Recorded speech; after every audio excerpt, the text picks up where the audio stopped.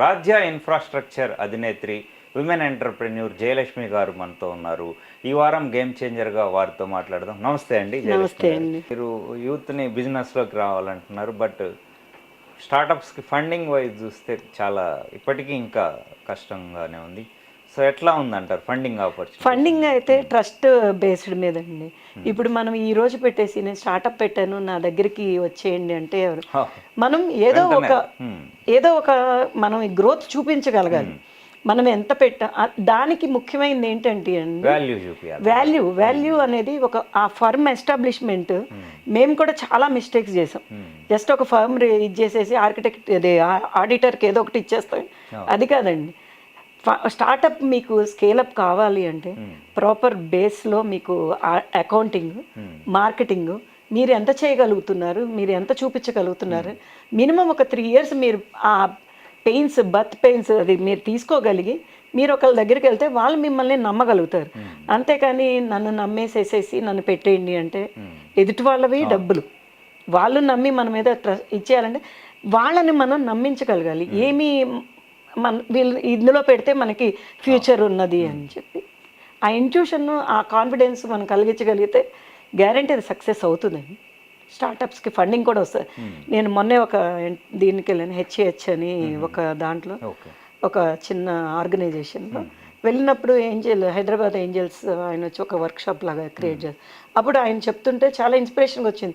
అరే మన అప్పుడులేవే మనం వడ్డీలు తీసుకొచ్చుకొని డబ్బులు తెచ్చుకోవాలి, ఇట్లా ఉండేవాళ్ళు చాలా మంది ఉన్నారు. కానీ దీనికి మనం బేస్ క్రియేట్ చేయాలి. ఎప్పుడు చేసేసి అది మనం ఎప్పుడు కూడా వెదురు చెట్లాగా ఫస్ట్ బేస్ క్రిందకి వెళ్ళామనుకోండి పైన స్ట్రాంగ్ ఉంటుంది, ఎంత గాలి వచ్చినా తట్టుకోగలుగుతాం. ఈ బేస్లో కింద స్ట్రాంగ్నెస్ లేనప్పుడు మనం సస్టైన్ అవ్వలేమండి. రైట్ అండి. అయితే మీరు సక్సెస్కి ఎలాంటి డెఫినేషన్ ఇస్తారు? సక్సెస్ అంటే నా దృష్టిలో మిషన్ అంటారా?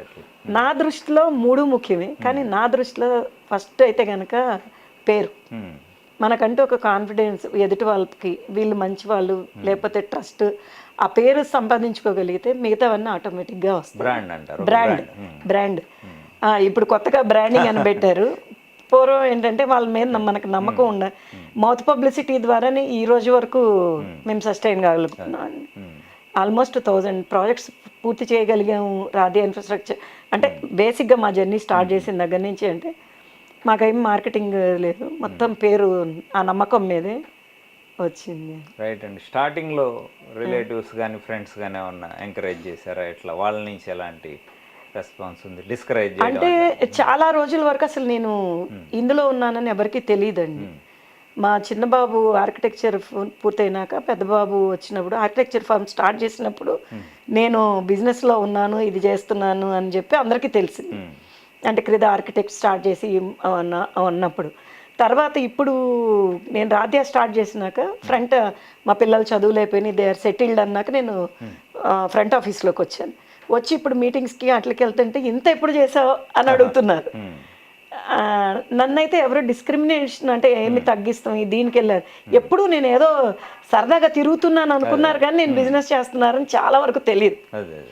అంటే ఎలాగ వచ్చానంటే వాటర్ అదే చాప కింద నీరులాగా వచ్చి ఇప్పుడు మార్కెట్లో నేనున్నాను, జయలక్ష్మి కాకుమాను అంటే రాధ్య ఇన్ఫ్రాస్ట్రక్చర్ ఫౌండర్ అనేది నేను అది ప్రూవ్ చేసుకున్నాను. రైట్ అండి. మీరు ఎట్లా వాల్యూ నమ్ముతారా? వాల్యూనే నమ్ము, క్వాలిటీ ఆర్ క్వాంటిటీ? క్వాంటిటీ కాదండి, క్వాలిటీ ఉంటేనే క్వాంటిటీ వస్తుంది. అది కొంచెం లేట్ అవుతుంది కానీ అంటే మనం ఇప్పుడు ఎవరికి చెప్పుకోకుండా మనం ఇలా చేసాం. కానీ ఈ రోజున అందరికీ నేను చెప్పేది ఏంటంటే మనకి మార్కెటింగ్తో పాటు డిజిటల్ మీడియా ఇది కూడా కావాలి. ఎందుకు అంటే నేను హైదరాబాద్ వచ్చే వరకు మేము చాలా చిన్న ఫర్ము, మనదేమీ లేదు అన్నట్లు మేము ఫీల్ అయ్యాం. వన్స్ హైదరాబాద్ వచ్చినాక అందరితో మాట్లాడటం మొదలుపెట్టినాక 1000 ప్రాజెక్టులు ఫినిష్ చేసాము అంటే అన్ని చేసామా అని అన్నట్లు అనిపించింది.